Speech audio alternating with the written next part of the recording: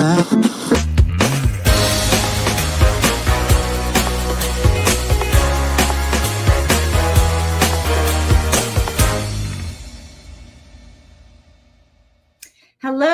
welcome to Coffee with Kathleen.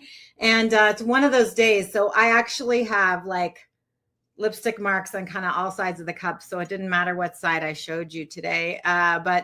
But in any case, I am excited. If you'd like to see me and my lipstick in person, we are going to be going to Apex SEMA. And by we, me and the partner team, Kristen and Sheila will also be there. We'll be joined by one of our newer colleagues to the partner team, who has been with the company a while, but her name is Sabrina. So we are really excited to see you, and we'll be posting about this and putting our links up so that you can schedule meetings with us if you'd like to make sure that we connect. Or of course you can stop by and leave it to chance as well. I like that also. But yeah, so that's what's coming up in the future, but let's talk about today. So what if everything that you had been through in your life was leading right to this moment? Every decision you had made, every decision every decision, but every mistake that you had made also was leading you right to this moment. That's something that I've been playing with a lot lately, is really releasing things that I have felt about decisions that I've made and mistakes that I've made in my life, and letting them be what they are, because I'm really happy about this moment. And I'm excited to be here with you, and I'm excited to podcast, and I'm excited to do all the different things that I do in my life. And I'm just really grateful. And so I'd like to take a second just to thank you for being part of it, for watching this, for engaging with me, for being part of the universe that I love so much. Let's think about mistakes in particular. Okay. So I'm going to tell you a story today. I think it's fun to do that. So I'm going to do that. But before I do, just know that this is a story that a lot of people would think of as a mistake that I've made. And there probably were a few mistakes in there, and, some hurt, some things that happened as a result of it. But I love to go back and just think about how I chose my mistakes, and how I chose them because, they were particularly good learning experiences. A lot of times when we're learning, growing, doing things together, we squash down things that we don't feel proud of. It's normal to do that. We squash them down and we hide them away, and we tuck them, pretty deep into the inner pocket, as I like to say, where it's really dark and compressed in there. And when we do that, a lot of times fear and shame sets in. And when other people find out like what we have hidden in the inner pocket, a lot of times they actually do react with a lot of judgment. That feels so bad to receive that, right? To receive that judgment, maybe from people that we admire, or from people that are in some way in power in our lives, like, bosses, or, people at our companies, or people who have achieved a certain amount of success that we admire. They have judgment around that. Look, we have also probably been people who have judged others. We've heard other people's stories. We've been like, ooh, and we probably in some cases showed that to people. We have pretty overt, but also pretty subtle ways of letting people know when we're in judgment around them. And sometimes that's subtle, like passive aggressive judgment that we kind of show with our facial expressions, or those questions we ask people when they're sharing information that aren't really questions. They're little comments disguised as questions, letting people know that we're sitting in judgment on them, which, by the way, if you're a person who does that regularly, knock it off. Yeah, that's a pattern that you can stop. And one thing that you can notice about the judgment that you might have towards somebody else is internal. Like, why in particular is this thing that this person is telling you causing some judgment to come up for you? What are you afraid about in your own self? How are you afraid that you resemble that story or that thing that person did? Or why does that thing in particular create a fear response in you. There's more to learn about yourself often in the stories of other people than there is about other people. So yeah, to get personal, because that's why you're here, right? Because I'm going to tell you something personal. This judgment thing, it happens to me all the time. I have so many stories, and I've made so many mistakes in my life, and my mistakes, they might be juicier than some of yours. And if that's true, I'm happy about that. I'm happy that, everybody hasn't repeated the same things that I have. So as one example, something I was judged for recently, and I really struggled with this judgment for a few days. And then I decided, well, I'm going to pull this out of my inner pocket and I'm going to own it publicly. And this podcast is a way for me to do that. And you're going to give me a little grace, I hope, as I do this, because you're supposed to only teach or share, as a meditation teacher, I'm supposed to only teach or share out of the scars. I'm not supposed to share out of open wounds, and maybe I haven't held this up to enough light, but I'm trying. I'm really trying to do that, and to share only out of a place where I've completely healed everything. And maybe this isn't, but we're going to live with that today. We're going to go through it, and that's going to be fine. Yeah, that's going to be just good. So what's the thing? Let me tell you the thing, and then we'll tell you a little more about the story. So the thing is that I've been married twice. And the very first time that I was married was when I was 17 years old, before high school graduation. And recently, this was something that came out in front of a group of people that I didn't know very well. And despite the fact that this is something I did 33 years ago, 33. Oh God, I'm so old. They were judging me for it openly, asking me those questions that I was just describing, that are sort of barbs in the very scantest of disguises, those questions. And, I think of those questions like, the disguise that they put on them. It's like slapping one of those party store stick-on mustaches on your face and expecting people to think that you're a different person. We all know those critiques when we hear them. And so, they kind of set me back because I wasn't really wanting to tell about this. And I wasn't really wanting to have that experience at that time, but that's sort of what came out.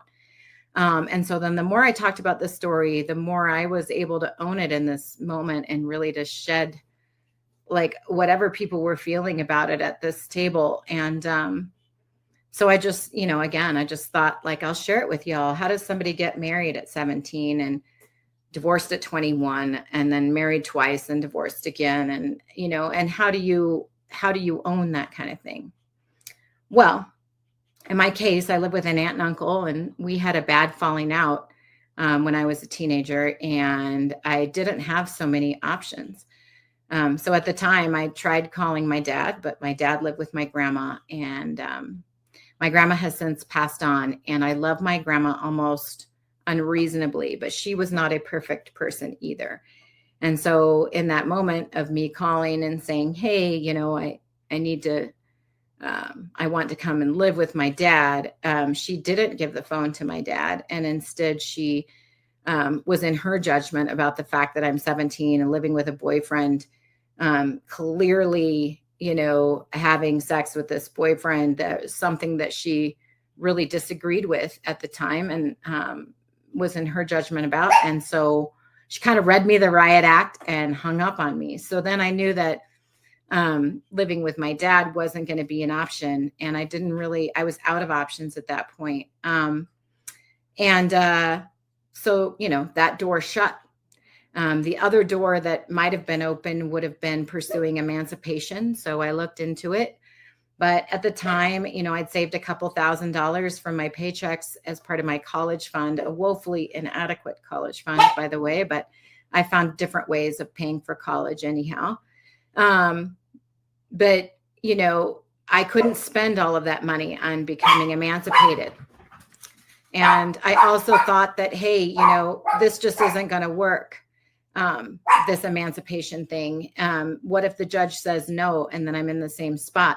In the meantime, what's happening for me at high school is that, in all this life turmoil and moving and, struggling, and I worked 2 and 3 jobs at a time in my senior year in high school. I missed some school as well. And now I was a pretty good student. I was 13th in my class. So, in the top 10%, let's say, in my class at school. And I had pretty good grades, and I was planning to go to college and do all of that. But in the meantime, I was in danger of not passing high school because I had unexcused absences. And the reason they were unexcused, there was no adult to sign for them. And I'm 17, so I can't sign for myself. Well, there's 2 routes to being emancipated at 17. One is to go the legal route, which didn't seem like it was necessarily going to work for me and be pretty expensive and protracted, drawn out. Or you can get married. And in the state of Nevada, that's something that's an option for you at 17, or at least at the time it was. I don't know anymore. And so that's what I did. And actually, rather than feeling poorly about all of this, I actually feel kind of good, smart. I feel like it was creative, and it was a way for me to solve all my problems in one fell swoop. And look, the guy that I married, he was not an abusive jerk. He was a 19-year-old kid living with his parents, also figuring life out. And he was one of the world's kindest human beings. He was so incredibly sweet. And he loved me in every way that he knew how to do that. But he really, really wanted to settle in and settle down. He was clear he'd wanted to be married for years already. He wanted kids, and he just wanted a wife that was going to kind of have the kids and hang out and, ride motorcycles with him and buy a house and all that. So actually we did buy a house, ended up closing on the house shortly after my 19th birthday. So we lived with his parents like a total of a year after we ended up getting married. And, but all of that stuff really stifled me. I really felt trapped. So the more we kind of accumulated like this normal life, and the more it hit me that like this was just going to be my life. I was just going to have a kid and live in Reno, Nevada, and maybe a couple of kids or something, and just like be married and settle in and have a normal job and a normal life and whatever. It just really started to feel like a cage. And when I told him that, he responded that he wanted to put me in a cage. Because he felt like I was a wild animal that was just looking for an excuse to kind of bolt or run or, do all of these things. In the meantime, I want to travel. I want to live life. I want to be in the world. I want to have this big impact. I want to have a career. I want to have things. I didn't want to settle in. And in the ways that he was describing, I didn't want to be in a cage. And, by the way, I'm a Leo. Good luck to you in keeping a lion in a cage. You're never going to completely domesticate this lion. I'm still not completely domesticated. I'm not totally housebroken.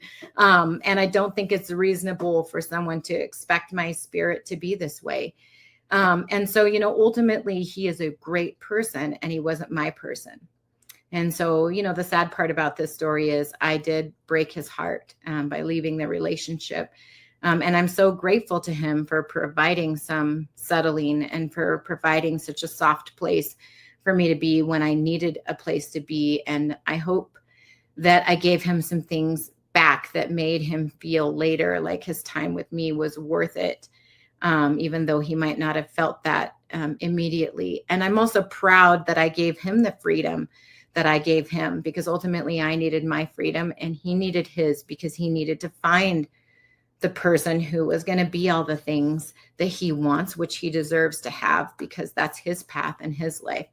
And I believe, outsider looking in at where he went in his life, although we're not in communication today, is that he found those things. So he's been with the same person since a couple years after we broke up to now. So he's been with the same person for like 30 plus years, actually, or 30 years or something like that. Anyway, And that seems amazing. And he got the kid that he wanted, and all of those things. So in any case, that's my story that people might have some judgment about. And there are others. There are certainly mistakes that I've made that are much worse than, and much more impactful to others potentially than that one. But, many people who are in the position that I'm in now that are executives, or that have a certain amount of financial freedom or whatever, they've made a different set of decisions for their lives. They went to better schools. They had better financial decision making.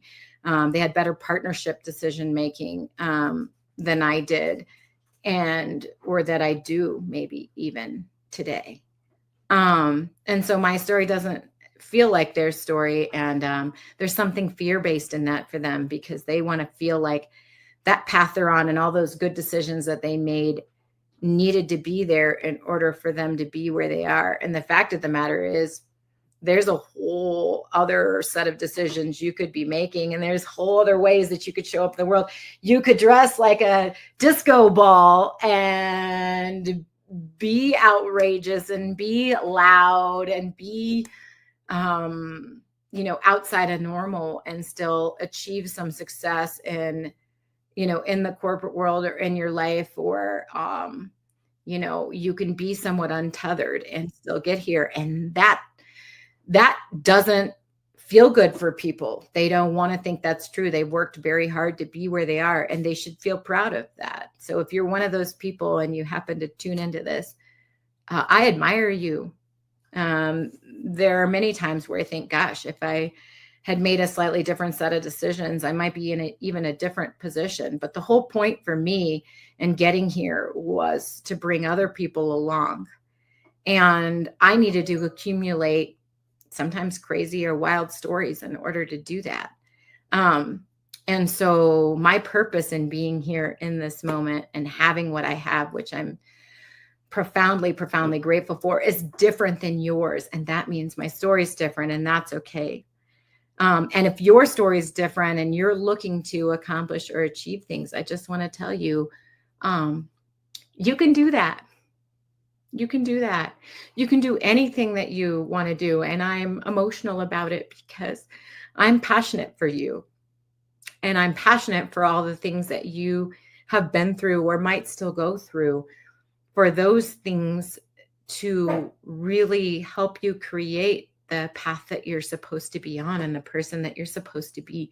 And for you to be able to share those things without judgment, and for you to be able to love those parts of yourself that aren't perfect or that don't do perfect things, because somehow they are the right things or the perfect things, particularly as they take you forward in purpose and impact and love and compassion.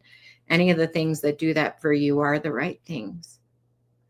And so, as always, I don't want to just share my own things. I like to share a little bit of wisdom from others. So I've got some poems for you. So Emily Dickinson has a particularly lovely poem. She says, "I'm nobody. Who are you? Are you nobody too? Then there's a pair of us. Don't tell. They'd advertise, How dreary to be somebody. How public, like a frog, to tell one's name the livelong June to an admiring bog." And we don't need bogs to admire us, do we? Mm-mm. Rumi wrote a poem called The Guest House. This being human is a guest house. Every new morning, a new arrival, a joy, a depression, a meanness, some momentary awareness comes as an unexpected visitor. And then lastly, I'll leave you with Love After Love by Derek Walcott. The time will come when with elation, you will greet yourself arriving at your own door in your own mirror. Thank you.